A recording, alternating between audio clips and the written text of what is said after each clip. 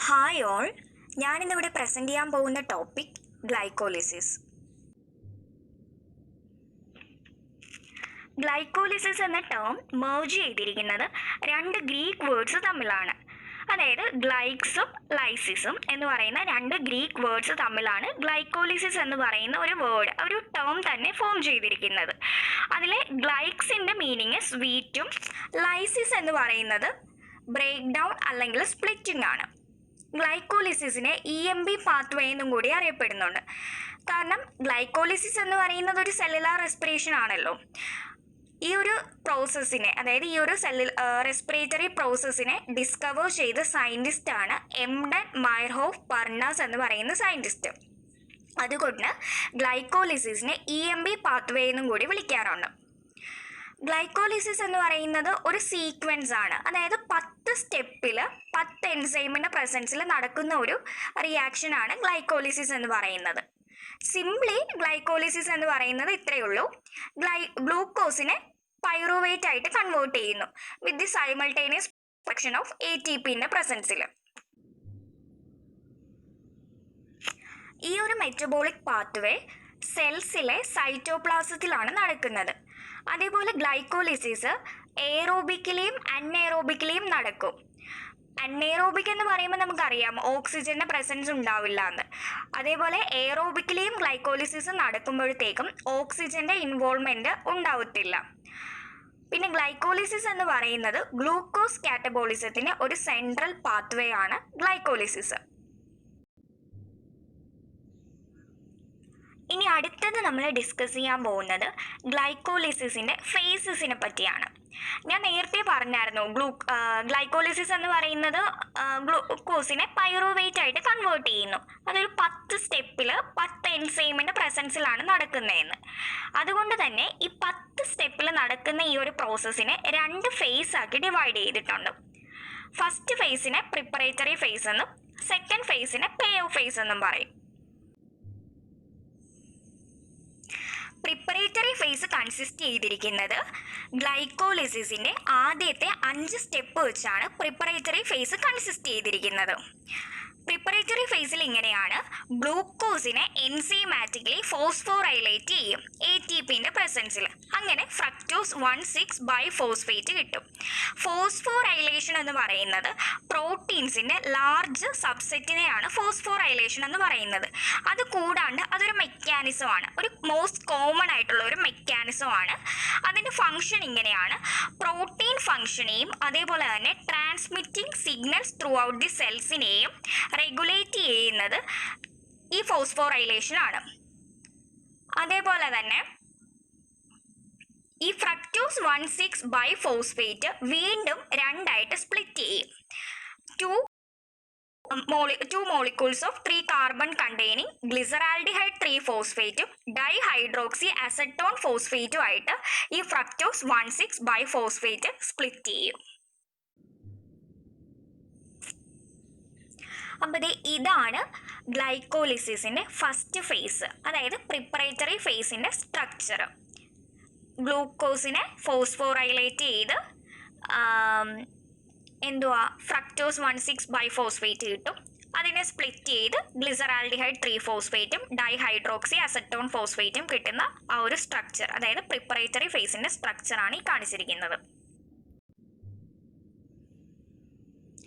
ഗ്ലൈക്കോളിസിസിൻ്റെ second phase ആണ് pay off phase.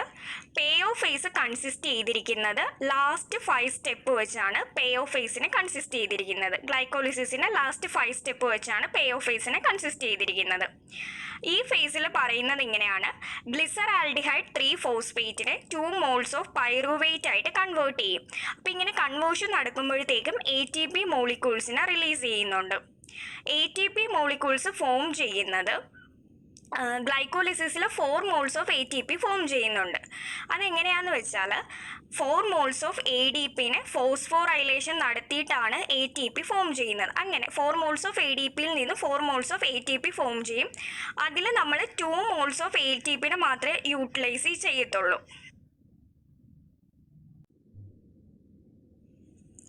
Pay of ഫേസിൻ്റെ സ്ട്രക്ചറാണ് ഈ കാണിച്ചിരിക്കുന്നത്. ഗ്ലിസറാൽഡിഹൈഡ് 3-ഫോസ്ഫേറ്റിൽ നിന്ന് പൈറുവേറ്റ് ആയിട്ട് കൺവേർഷൻ നടക്കുന്ന സ്ട്രക്ചർ. ഗ്ലൈക്കോളിസിസ് എന്ന റിയാക്ഷൻ നടക്കുന്നത് 10 സ്റ്റെപ്പിലല്ലേ? അതിൽ ഓരോ സ്റ്റെപ്പും എന്തൊക്കെയാണെന്ന് നോക്കാം. ഫസ്റ്റ് സ്റ്റെപ്പാണ് ഫോസ്ഫോറൈലേഷൻ ഓഫ് ഗ്ലൂക്കോസ്. അപ്പോൾ ഫസ്റ്റ് സ്റ്റെപ്പിൽ പറയുന്നത് ഇങ്ങനെയാണ്: ഗ്ലൂക്കോസിനെ ഫോസ്ഫോറൈലേറ്റ് ചെയ്യും ATPന്റെ പ്രസൻസിൽ. അങ്ങനെ ഷുഗർ ഫോസ്ഫേറ്റ് ഫോം ചെയ്യും. ഫോസ്ഫോറൈലേഷൻ എന്താണെന്ന് ഞാൻ നേരത്തെ പറഞ്ഞതായിരുന്നു. പ്രോട്ടീൻസിൻ്റെ ലാർജ് സബ്സെറ്റ് ആണ്. അതേപോലെ തന്നെ ഒരു മോസ്റ്റ് കോമൺ ആയിട്ടുള്ള ഒരു മെക്കാനിസവും കൂടിയാണ് ഫോസ്ഫോറൈലേഷൻ എന്ന് പറയുന്നത്. അപ്പോൾ ഈ ഫോസ്ഫോറൈലേഷൻ ഓഫ് ഗ്ലൂക്കോസ് എന്ന് പറയുന്ന ഫസ്റ്റ് സ്റ്റെപ്പ് ഒരു ഇറിവേഴ്സിബിൾ ആയിട്ടുള്ള റിയാക്ഷൻ ആണ്. അതിനെ കാറ്റലൈസ് ചെയ്യുന്ന എൻസൈമാണ് ഹെക്സോകൈനേസ്. സെക്കൻഡ് സ്റ്റെപ്പാണ് ഐസോമറൈസേഷൻ. ഇവിടെ പറയുന്നത് ഗ്ലൂക്കോസ് 6-ഫോസ്ഫേറ്റ് എന്ന് പറയുന്നത് ഒരു ആൽഡോസ് ഫോമാണ്. ആൽഡോസ് എന്ന് പറയുന്നത് കാർബോഹൈഡ്രേറ്റിൻ്റെ ഏറ്റവും സിംപ്ലസ്റ്റ് ഫോമാണ് മോണോസാക്രൈഡ്സ്. ഈ മോണോസാക്രൈഡ്സിനെ നമ്മൾ ഒന്നുകൂടി ക്ലാസിഫൈ ചെയ്യും. ആൽഡോസും കീറ്റോസും എന്നും പറഞ്ഞ് മോണോസാക്രൈഡ്സിനെ ക്ലാസിഫൈ ചെയ്യും. അതിൽ ആൽഡോസ് എന്ന് പറയുന്നത് മോണോസാക്രൈഡ്സ് തന്നെയാണ്. അതിൽ ആൽഡിഹൈഡ് ഗ്രൂപ്പ് ഉള്ളത് കൊണ്ട് അതിനെ ആൽഡോസ് എന്നും, കീറ്റോസ് എന്ന് പറയുന്നത് മോണോസാക്രൈഡ്സ് തന്നെയാണ്. അതിൽ കീറ്റോൺ ഗ്രൂപ്പ് ഉള്ളത് കൊണ്ട് അതിനെ കീറ്റോസ് എന്നും പറയും. അപ്പോൾ ഗ്ലൂക്കോസ് 6-ഫോസ്ഫേറ്റ് എന്ന് പറയുന്നത് ഒരു ആൽഡോസ് ഫോമാണ്. അത് റിവേഴ്സിബിൾ ആൽഡോസ് കീറ്റോസ് ഐസോമറൈസേഷന് വിധേയമായിട്ട് അത് കീറ്റോസ് ഫോമിലുള്ള ഫ്രക്ടോസ് 6-ഫോസ്ഫേറ്റ് ആയിട്ടായിരിക്കും ട്രാൻസ്ഫോം ചെയ്യുന്നത്. ഗ്ലൂക്കോസ് 6-ഫോസ്ഫേറ്റ് എന്ന് പറയുന്നത് ഒരു ആൽഡോസ് ഫോമാണ്. അത് റിവേഴ്സിബിൾ ആൽഡോസ് കീറ്റോസ് ഐസോമറൈസേഷന് വിധേയമായിട്ട് അത് കീറ്റോസ് ഫോമിലുള്ള ഫ്രക്ടോസ് 6-ഫോസ്ഫേറ്റ് ആയിട്ടായിരിക്കും ട്രാൻസ്ഫോം ചെയ്യുന്നത്. ഈ റിയാക്ഷനെ കാറ്റലൈസ് ചെയ്യുന്ന എൻസൈമാണ് ഫോസ്ഫോ ഹെക്സോ ഐസോമറൈസ്. തേർഡ് സ്റ്റെപ്പാണ് ഫോസ്ഫോറൈലേഷൻ ഓഫ് ഫ്രക്ടോസ് 6-ഫോസ്ഫേറ്റ്. ഇവിടെ ഫ്രക്ടോസ് 6-ഫോസ്ഫേറ്റിനെ ഫോസ്ഫോറൈലേറ്റ് ചെയ്തിട്ട് ഫ്രക്ടോസ് 1,6-ബൈഫോസ്ഫേറ്റ് ഫോം ചെയ്യും. ഇതിനെ കാറ്റലൈസ് ചെയ്യുന്ന എൻസൈമാണ് ഫ്രക്ടോകൈനേസ് എൻസൈം. ഇതൊരു ഇറിവേഴ്സിബിൾ റിയാക്ഷൻ ആണ്. ഈ ഫ്രക്ടോകൈനേസ് എന്നുള്ള എൻസൈമിനെ പേസ് മേക്കർ ഓഫ് ഗ്ലൈക്കോളിസിസ് എന്നും കൂടി അറിയപ്പെടുന്നുണ്ട്. കാരണം ഗ്ലൈക്കോളിസിസിൻ്റെ ഒരു മേജർ റേറ്റ് ലിമിറ്റിംഗ് സ്റ്റെപ്പിനെയും കൂടി ഈ എൻസൈം കാറ്റലൈസ് ചെയ്യുന്നത് കൊണ്ട് പേസ് മേക്കർ ഓഫ് ഗ്ലൈക്കോളിസിസ് എന്നാണ് ഈ എൻസൈം അറിയപ്പെടുന്നത്. ഫോർത്ത് സ്റ്റെപ്പാണ് cleavage of fructose 1,6-ബൈഫോസ്ഫേറ്റ്.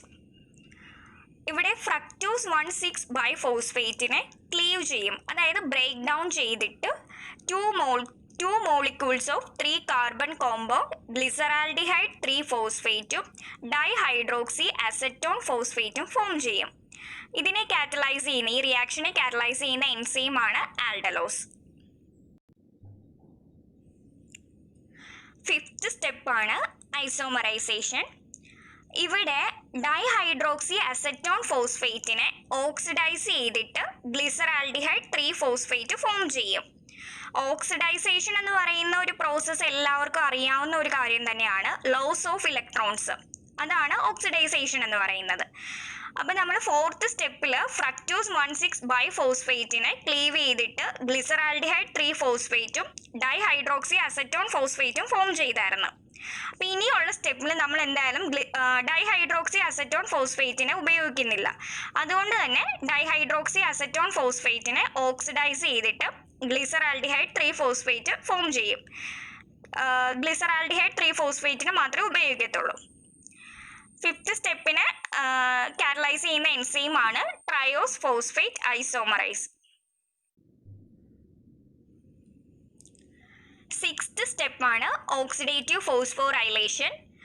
ഗ്ലിസറാൽഡിഹൈഡ് three phosphate oxidation and phosphorylation റിയാക്ഷന് വിധേയമായിട്ട് 1,3-ബൈഫോസ്ഫോഗ്ലിസറേറ്റ് ഫോം ചെയ്യും. ഈ റിയാക്ഷനെ കാറ്റലൈസ് ചെയ്യുന്ന enzyme glyceraldehyde three phosphate dehydrogenase. Seventh സ്റ്റെപ്പാണ് transfer of phosphoryl group to ADP. ഈ 1,3-ബൈഫോസ്ഫോഗ്ലിസറേറ്റ് എന്ന് പറയുന്നത് എനർജി റിച്ച് ആയിട്ടുള്ള കോമ്പൗണ്ട് ആണ്. അത് ട്രാൻസ്ഫർ ചെയ്യുന്നത് 2 phosphate groups to ADP to ATP ഫോമും ആൻഡ് 3-ഫോസ്ഫോഗ്ലിസറേറ്റ് ആയിട്ടായിരിക്കും ട്രാൻസ്ഫർ ചെയ്യുന്നത്. ഈ റിയാക്ഷനെ കാറ്റലൈസ് ചെയ്യുന്ന എൻസൈമാണ് phosphoglycerate kinase in the presence of Mg2+. അതേപോലെ തന്നെ ഈ സ്റ്റെപ്പ് എന്ന് പറയുന്നത് സബ്സ്ട്രേറ്റ് ലെവൽ ഓഫ് ഫോസ്ഫോറൈലേഷൻ്റെ ഒരു എക്സാമ്പിളും കൂടിയാണ്. സബ്സ്ട്രേറ്റ് ലെവൽ ഓഫ് ഫോസ്ഫോറൈലേഷൻ എന്ന് പറയുന്നത് ടൈപ്പ് ഓഫ് ഫോസ്ഫോറൈലേഷൻ തന്നെയാണ്. അതായത് സബ്സ്ട്രേറ്റ് ഡയറക്റ്റ്ലി പാർട്ടിസിപ്പേറ്റ് ചെയ്യും എൻസൈം കാറ്റലൈസ്ഡ് ATP സിന്തസിസിന് വേണ്ടി. 8th step isomerisation. 3-ഫോസ്ഫോഗ്ലിസറേറ്റ് ഐസോമറൈസേഷന് വിധേയമായിട്ട് 2-ഫോസ്ഫോഗ്ലിസറേറ്റ് ഫോം ചെയ്യും. ഈ റിയാക്ഷനെ കാറ്റലൈസ് ചെയ്യുന്ന enzyme phosphoglycerate in the presence of Mg2+. 9th step dehydration. Two phosphoglyceric acid reversible ഡീഹൈഡ്രേഷന് വിധേയമായിട്ട് അത് ട്രാൻസ്ഫോം ചെയ്യുന്നത് ഹൈ എനർജി ഫോസ്ഫേറ്റ് കോമ്പൗണ്ട് ആയിട്ടുള്ള ഫോസ്ഫോഈനോൾ പൈറൂവിക് ആസിഡ് ആയിട്ട്. ഈ റിയാക്ഷനെ കാറ്റലൈസ് ചെയ്യുന്ന എൻസൈമാണ് enolase in the presence of Mg2+. 10th step transfer of phosphoryl group to ADP. ഈ ലാസ്റ്റ് സ്റ്റെപ്പ് എന്ന് പറയുന്നത് ഒരു ഇറിവേഴ്സിബിൾ ട്രാൻസ്ഫർ ആണ് ഇവിടെ നടക്കുന്നത്. അതായത് high energy phosphoryl group from phosphoenol pyruvate to ADP. അതാണ് ഇറിവേഴ്സിബിൾ ട്രാൻസ്ഫർ എന്ന് പറഞ്ഞ് ഉദ്ദേശിക്കുന്നത്. ഈ റിയാക്ഷനെ കാറ്റലൈസ് ചെയ്യുന്ന എൻസൈമാണ് പൈറൂവേറ്റ് കൈനേസ്. അതേപോലെ തന്നെ ഈ റിയാക്ഷൻ എന്ന് പറയുന്നത് സെക്കൻഡ് സബ്സ്ട്രേറ്റ് ലെവൽ ഓഫ് ഫോസ്ഫോറൈലേഷൻ ആണ്. അപ്പോൾ ഈ സ്ലൈഡിൽ കാണിച്ചിരിക്കുന്നതാണ് ഗ്ലൈക്കോളിസിസിൻ്റെ ഓവറോൾ സ്ട്രക്ചർ എന്ന് പറയുന്നത്.